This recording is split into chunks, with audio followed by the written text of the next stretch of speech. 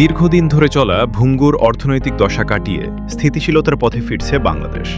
প্রধানমন্ত্রী তারেক রহমানের নেতৃত্বাধীন নতুন সরকারের নেওয়া সময়োপযোগী ও সাহসী পদক্ষেপের ফলে দেশের সামষ্টিক অর্থনীতিতে ইতিবাচক পরিবর্তন দৃশ্যমান হচ্ছে। গত ফেব্রুয়ারিতে দায়িত্ব গ্রহণের পর থেকে বর্তমান সরকার মুদ্রাস্ফীতি নিয়ন্ত্রণ, বৈদেশিক মুদ্রার রিজার্ভ বৃদ্ধি এবং বিনিয়োগবান্ধব পরিবেশ তৈরিতে সর্বোচ্চ অগ্রাধিকার প্রদান করে। বিশেষ করে ১৮০ দিনের যৌথ কর্মপরিকল্পনা এবং দেশব্যাপী খাল খনন কর্মসূচির মতো উৎপাদনমুখী উদ্যোগগুলো তৃণমূল পর্যায়ে কর্মসংস্থান ও কৃষি উৎপাদনে গতি ফিরিয়েছে।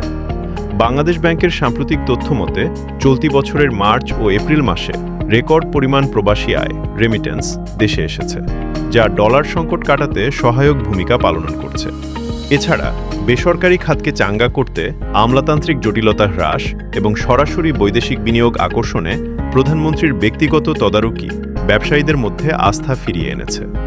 বাজার সিন্ডিকেট ভেঙে নিত্যপণ্যের দাম সাধারণ মানুষের নাগালের মধ্যে রাখা এবং রপ্তানি আয়ের বহুমুখীকরণে নেওয়া উদ্যোগগুলো ইতিমধ্যেই সুফল দিতে শুরু করেছে। প্রধানমন্ত্রী তারেক রহমানের সুদূরপ্রসারী নেতৃত্ব ও বলিষ্ঠ পদক্ষেপে দেশের অর্থনীতি আজ এক মজবুত ভিত্তির উপর দাঁড়িয়েছে। তার এই কার্যকর ও সময়োপযোগী উদ্যোগসমূহ জাতীয় সমৃদ্ধির পথে এক নতুন দিগন্তের সূচনা করেছে, যা সাধারণ মানুষের মনে সঞ্চার করেছে আগামীর এক স্বনির্ভর বাংলাদেশের স্বপ্ন।